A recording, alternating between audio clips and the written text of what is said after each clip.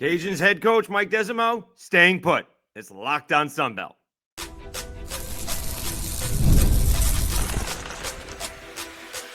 You are Locked On Sunbelt, your daily podcast on the Sunbelt Conference, part of the Locked On Podcast Network, your team every day. All right, Dave Schultz, Locked On Sunbelt, your teams every day. Today's episode brought to you by Game Time.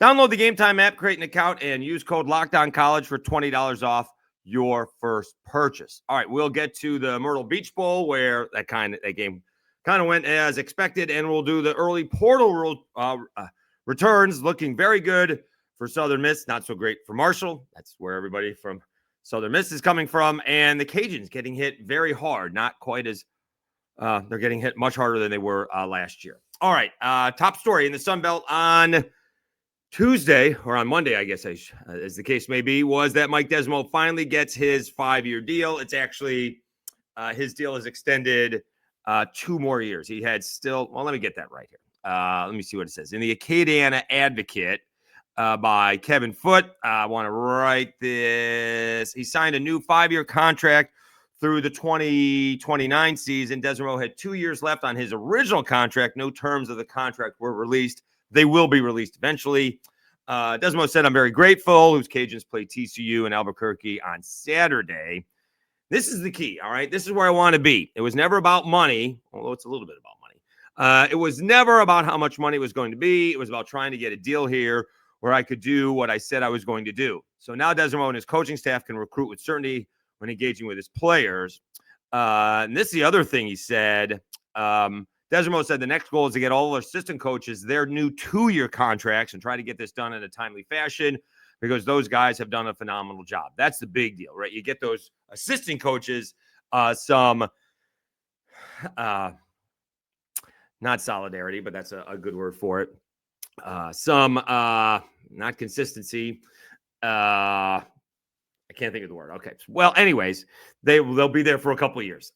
And this is where the Cajuns kind of lucked into it. So I'm very good at talking out of both sides of my mouth. And there are some other people, specific Cajuns podcasters that talk out of both sides of their mouths. Because if we can go find, and I don't think you can, but we may be able to go find Ragin Cajun spaces that don't let people fool you that they weren't always pleased with Mike Desormeaux, right? He's a local guy, player, right?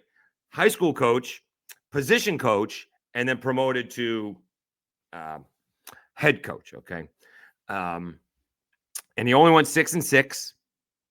He's probably not going to win the bowl game. TCU's missing a couple of guys. Unfortunately, hometown kid Jack Besh isn't playing. I guess he's banged up a little bit for TCU. Hopefully he's going to play in the Senior Bowl, but he's a little bit banged up. Hometown kid, Lafayette. But they're banged up a little bit as well. But the Cajuns are crushed with portal guys and some injuries as well. But Ben Woldridge is supposed to play. We'll see if that happens. But I don't know who he's going to throw to. We'll get to that in a little bit. But, he was struggling to get to 6-6 both years. Got beat by Jacksonville State in the bowl game. And people were questioning, should Mike Desormeaux be the coach? Okay, they got beat by Rich Rod in the New Orleans Bowl last year. And if we go back and listen to a certain podcast, spaces following the game, they weren't all that pleased with Mike Desormeaux. That's all I'm saying, all right? They're pleased now because they're winning. But here's where the Cajuns maybe catch a break compared to some other teams because Desormeaux isn't probably going anywhere. We've talked about this a little bit. Unless he, rattles off 3 or 4 Sun Belt championships in a row and, some SEC team or ACC team comes in and, is offering him $5 or $6 million a year compared to he's probably getting $5 or $6 million in his contract, which no one would blame him for leaving. But I don't think he's up and leaving to go to Tulane when John Sumrall leaves to take the SEC job, whenever that may be. Right? When Mark Stoops leaves Kentucky, John Sumrall is going to swoop in there. All right. That is the worst kept secret in college football. Right. Everybody knows that's coming.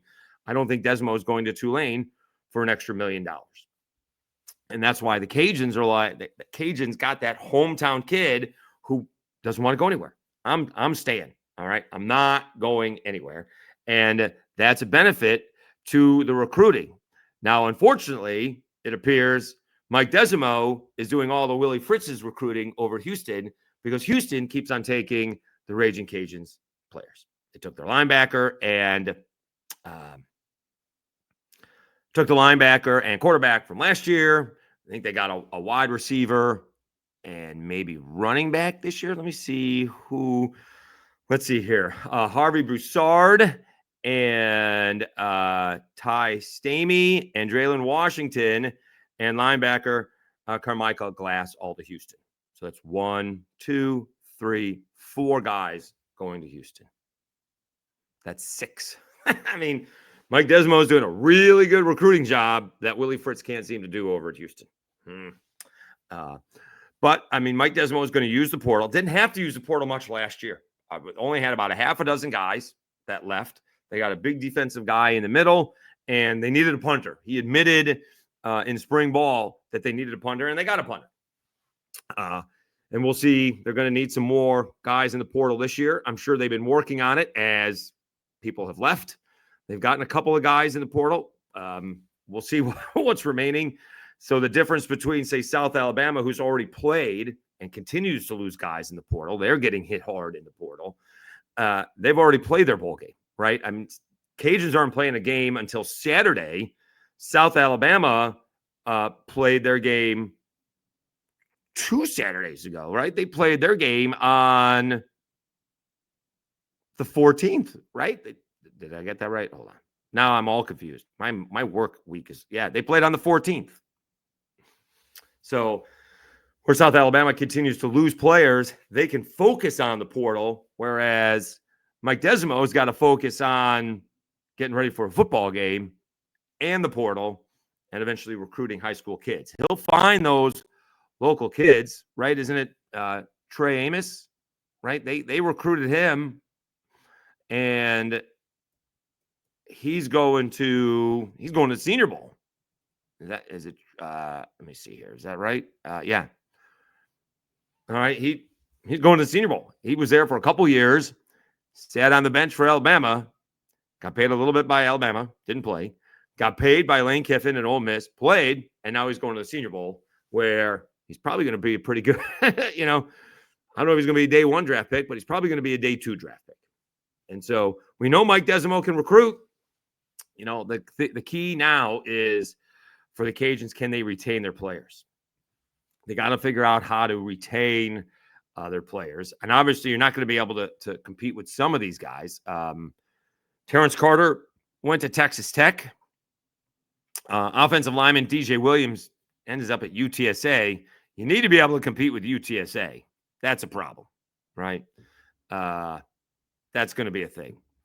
I don't think you compete with Houston, the guys who, that's deep pockets with Houston. All right. I'm not sure Zion Chris got the money that he was promised. I'm sure that he's helping recruit the guys that are there. They went and got another quarterback. So we'll see if Zion Chris is even playing next year. He didn't start this year, did play some at the end. So we shall see. But the big news is that Mike Desormeaux isn't going anywhere. He can lock in to recruit. And whether he can keep those kids there for 3 or 4 years is going to be the big story.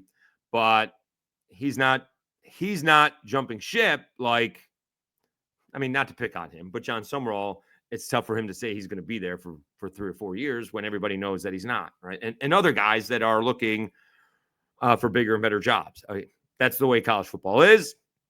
I don't blame anybody for doing that, but it's nice where, say, Fran Brown from Syracuse. All right, he's going to be there for a few years, and if he keeps on winning, he's going to go get a bigger job. It is what it is. Syracuse can't pay what those SEC and Big Ten schools can, and he's made a big splash, and I don't blame him. All right, Mike Desormeaux isn't going anywhere unless he rattles off a few Sun Belt championships, and God forbid he goes undefeated and finds himself in a college football playoff. He could. All right.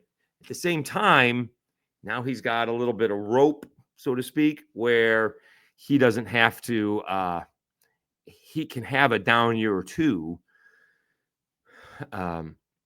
before he gets onto the hot seat, although it falls fast. Bob Marlin went to the NCAA tournament in 2023, and it's not even 2025, and he's out of a job. Wow. All right, let's take a timeout. This game went as expected, but hashtag there's always a bright side. All right, UTSA routes Coastal Carolina in the Myrtle Beach Bowl. We'll talk about that next, right after I tell you about FanDuel.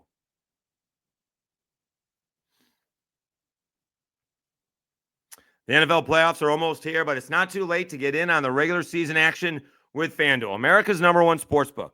Because right now, new customers can finish the season strong with $250 in bonus bets if your first $5 bet wins. FanDuel has so many ways for you to pick up a W. I love betting on which players will score a touchdown and how many points each team will score. It is thrilling. I did tell you to take UTSA in this ball game. That was not a difficult one to choose. Just visit FanDuel.com to join today. That's FanDuel.com for your chance at $250 in bonus bets. Make every moment more with FanDuel, an official sportsbook partner of the NFL.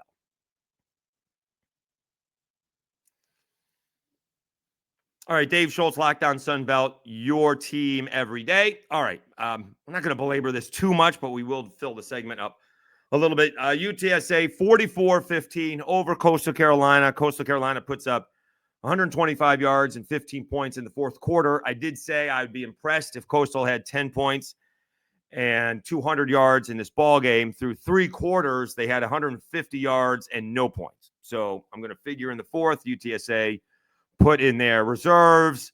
And, this is the one thing I'll say after the ball game.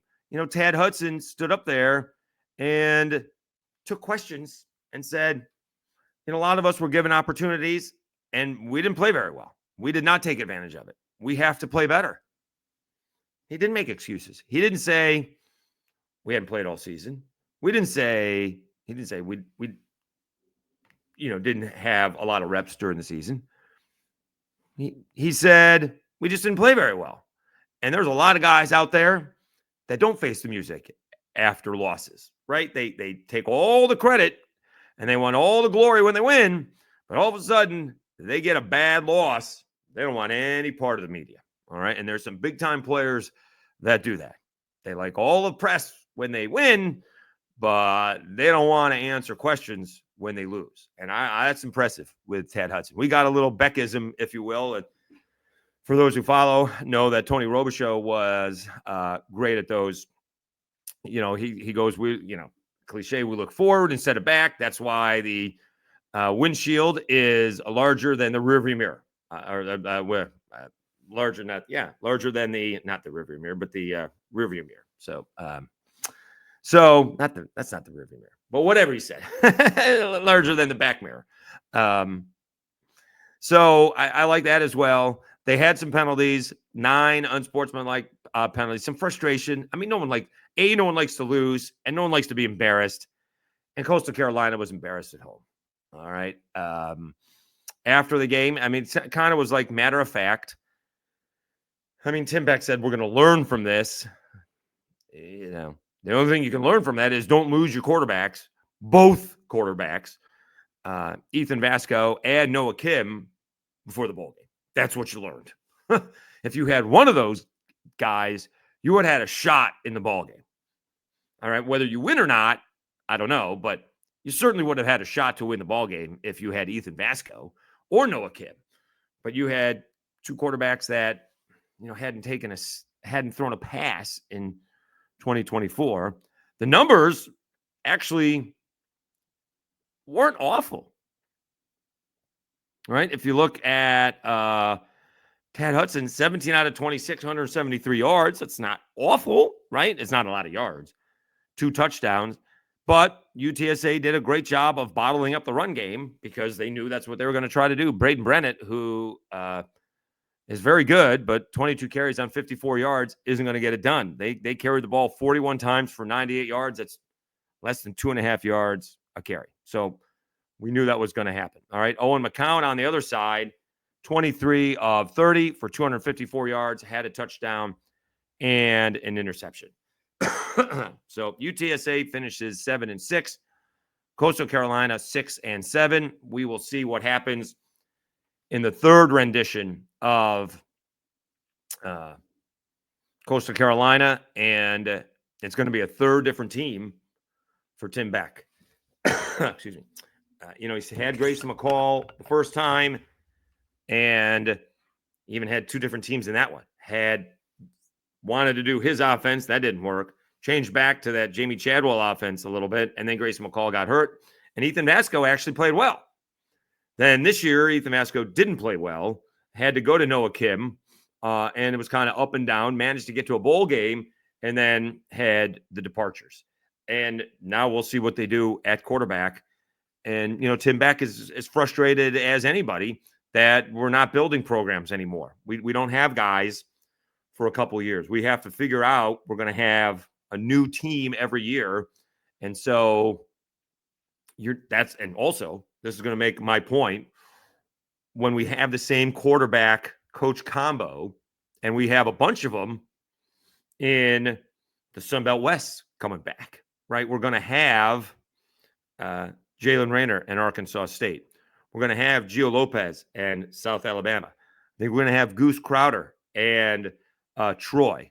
All right. We're going to have, as it turns out, although it's the same coach and same quarterback, different team, we're going to have Braylon Braxton and Charles Huff, although at Southern Miss.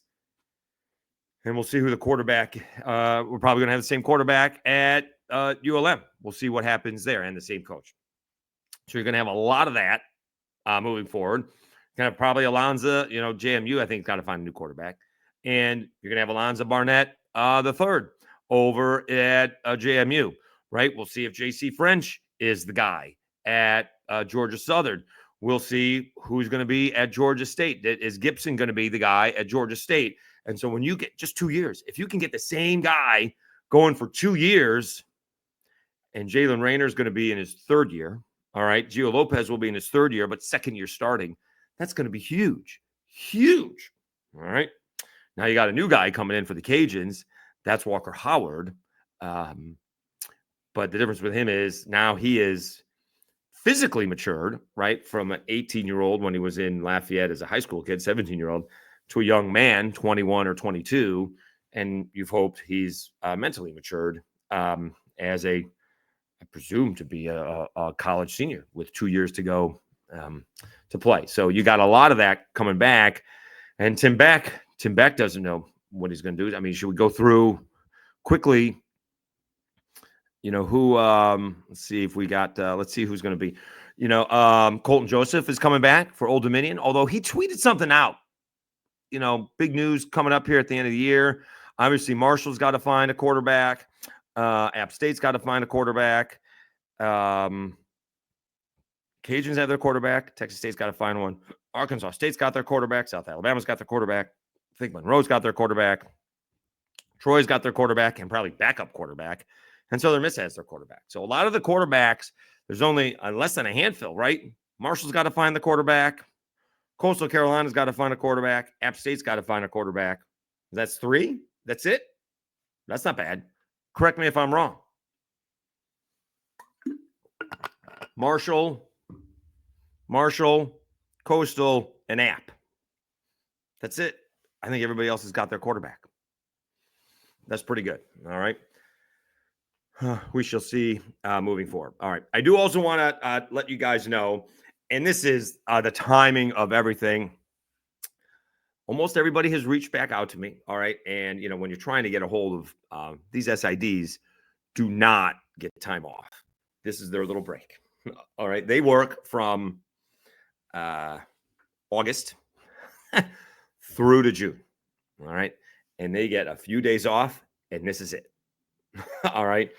Christmas to New Year's. And if they got to, they get games, they got to go. Some of these guys got, they're starting right after the New Year, so they're going to be on the road. A couple of them gotten back to me. We are trying to get Coach Richard on with ULM, retiring at the end of the year. Trying to get Brian Vincent on. All right. and all the 3 new football coaches in their new spots. Charles Huff with Southern Miss,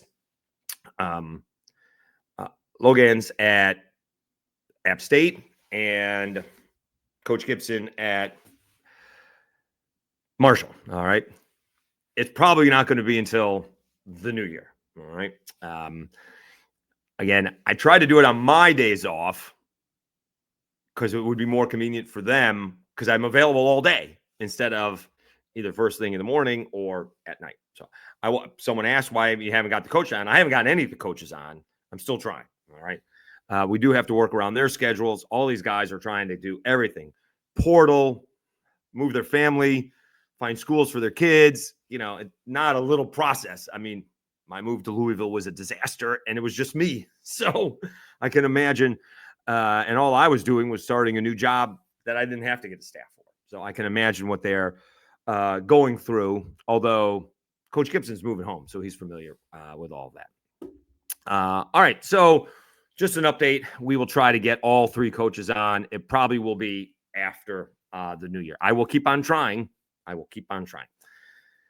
But I also won't bother them again until after the new year. I've reached out to them 3 times. Gotten an answer from everybody. But we'll try it once again after the new year.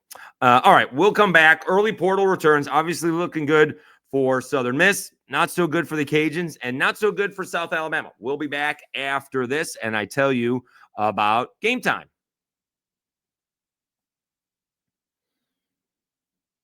Game Time is focused on togetherness this holiday season. That means when you bring people together at live events, the experience is that much better, and it's the perfect gift. Game Time has a new feature called Game Time Picks that makes getting tickets for live events even easier. Game Time Picks filters out the fluff to show you only incredible deals on great seats, so you don't have to waste the time searching through thousands of tickets. You can use that priority thing.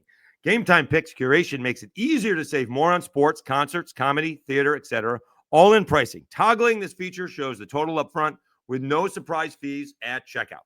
You get to see where you're sitting, that panoramic view from your seat in the app before you buy, and that lowest price guarantee or Game Time will credit you 110% of the difference. Game Time ticket coverage, your purchase is covered with the most flexible customer service policy in the ticketing industry. Take the guesswork out of buying tickets with Game Time. Download the Game Time app, create an account, and use code LOCKEDONCollege for $20 off your first purchase. Terms apply. Again, create an account and redeem code LOCKEDON. We'll try that again. LOCKEDONCOLLEGE, Locked On College, for $20 off. Download Game Time today. What time is it? Game Time.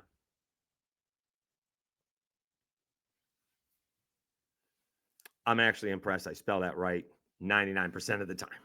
Dave Schultz, Locked On Sunbelt, your teams every day. All right, so we're going to go to Andrew. Do I have it? Let's see here. I want to get it. What is it? Pine Belt. Andrew Abadi from Pine Belt Sports, and he has updated this. He actually started it, and you can go to it. It's actually hubcityspokes.com, the Pine Belt News, and he actually started this on Monday the 9th. And he's updated it as it goes on. But he's got 18 transfers into Southern Miss, most of them from Marshall. So obviously Southern Miss is doing great in the transfer portal. Marshall is not. All right. Which we knew was happening, right? Everybody knew was happening.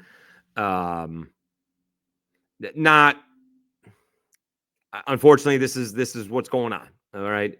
A lot of those guys from JMU transferred to Indiana and, played pretty well. I'll be the first to tell you, I didn't think it was going to go all that well. I didn't realize the softness of Indiana's schedule compared to others, but those guys went 11-2 so far, right? They, I guess that's it. But they had a tremendous season in the Big Ten. All right. And Cignetti can coach it. It was what it is.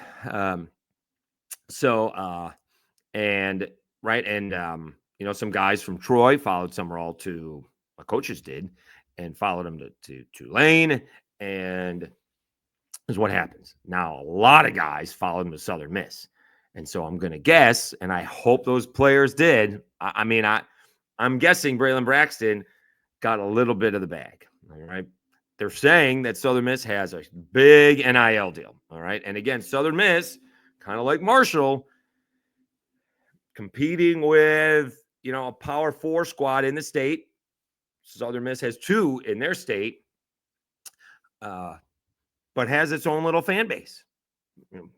Kind of big fan base, but its own little fan base that does not worry about the other 2. And those 2 teams don't worry about Southern Miss either. Although Mississippi State is opening up the season in Hattiesburg. That is going to be an enormous ball game. I mean, you want to put Jeff Lebby on the hot seat. What did he win? 2 games this year? You want to put him on the hot seat, lose to Southern Miss in that game. Compared to, well, we won't get into it. All right. Anyways, and so Southern Miss, they did have a couple of people leave, obviously from the previous regime, if you will. Tight end, I'm never going to get this name right. Reed Jezelowski, the tight end, true freshman. Ethan Crawford left quarterback. Will James, Mississippi State transfer. Kicker Connor Gibbs. Running back Kenyon Clay. Tate Rodemaker transferred in.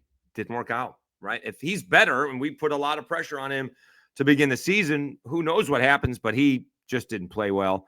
Will Saxton, offensive lineman. Braxton Myers, all right, defensive back. Zay Franks, defensive back. Jameer Lewis, a linebacker. And then you got some guys that were, a lot of guys were backing up. All right, so they got a lot of guys transferring out, but only about, let's see here. 1, 2, 3, 4, 5, 6, 7, 8, 9, 10, 11 guys had any real action. 1, 2, 3, 4, 5, 6, 7, 8, 9, 10. Another 10. So what is that? 20 guys total are leaving, but those guys are reserved. So, and they got 18 guys coming in. So they almost got the same amount as of right now. All right. And you still got, I guess, National Signing Day coming up in February. So we'll see. They are doing very well. On the other side of things, we mentioned the Cajuns are not. They only lost about a half a dozen guys last year. They have lost many more this year. Let me see what it says. See if we got it going on 24/7. See if they are caught up with who is out again. Carmichael Glass going to Houston. Nukuba, cornerback. He is in there. Travion Colbert, a wide receiver, although I think he's just a freshman. Terrence Carter, the big tight end. He was the leading receiver. He went to Texas Tech, so I'm going to guess he got a little bit of the bag. DJ Williams, he went to UTSA. Harvey Broussard, who is a big-time wide receiver, also to Houston. Ty Stammy, we don't know. I think he went to Houston too. Draylen Washington, I thought he was going to Houston. Jonathan Caldwell. We know they got Walker Howard. All right. They don't have all those guys updated yet. Let me see if we got South Alabama, because they got killed. Jaden Hobson, offensive tackle, is in there. Jordan Scruggs just announced he's going to West Virginia. All right. So maybe he got the bag. All right. These guys are going to, big time power schools. So maybe they are getting some money to go, which you can't blame them. All right. Got a Marion Fortenberry, cornerback, Jordan Norman, defensive lineman, Braylon McReynolds, hometown kid, been there for a long time. I guess he's still got a couple of years to play. A short, but pretty good running back, 5'7", strong kid, 190. Jacob Jones, quarterback. Obviously, he's stuck behind Gio Lopez, so you can't blame him for leaving. Ricky Hyatt is in there. Brian Dillard. The kicker left. He's already signed with Kansas. Laith Marjan, so he is gone. And Fluff Bothwell, who is the big one, signed with Mississippi State. It's a good job by Jeff Lebby to go get one of the two leading touchdown scorers in the conference. He's a good one, and that's the big one left. And I think there's maybe a couple of others that they are not caught up with, but they have lost a lot. They did lose a lot, unfortunately. And Craig Stevenson is a good one. Jaden Voisin, the safety, is leaving to go to the NFL. Devin Voisin is coming back. He's going to be there, I think, for his 7th year. I think COVID and a red shirt with an injury, so he gets to play another year. So, yeah. So where Southern Miss is doing great in the portal, Marshall is not. South Alabama getting hit hard, and this time around the Cajuns are getting hit hard.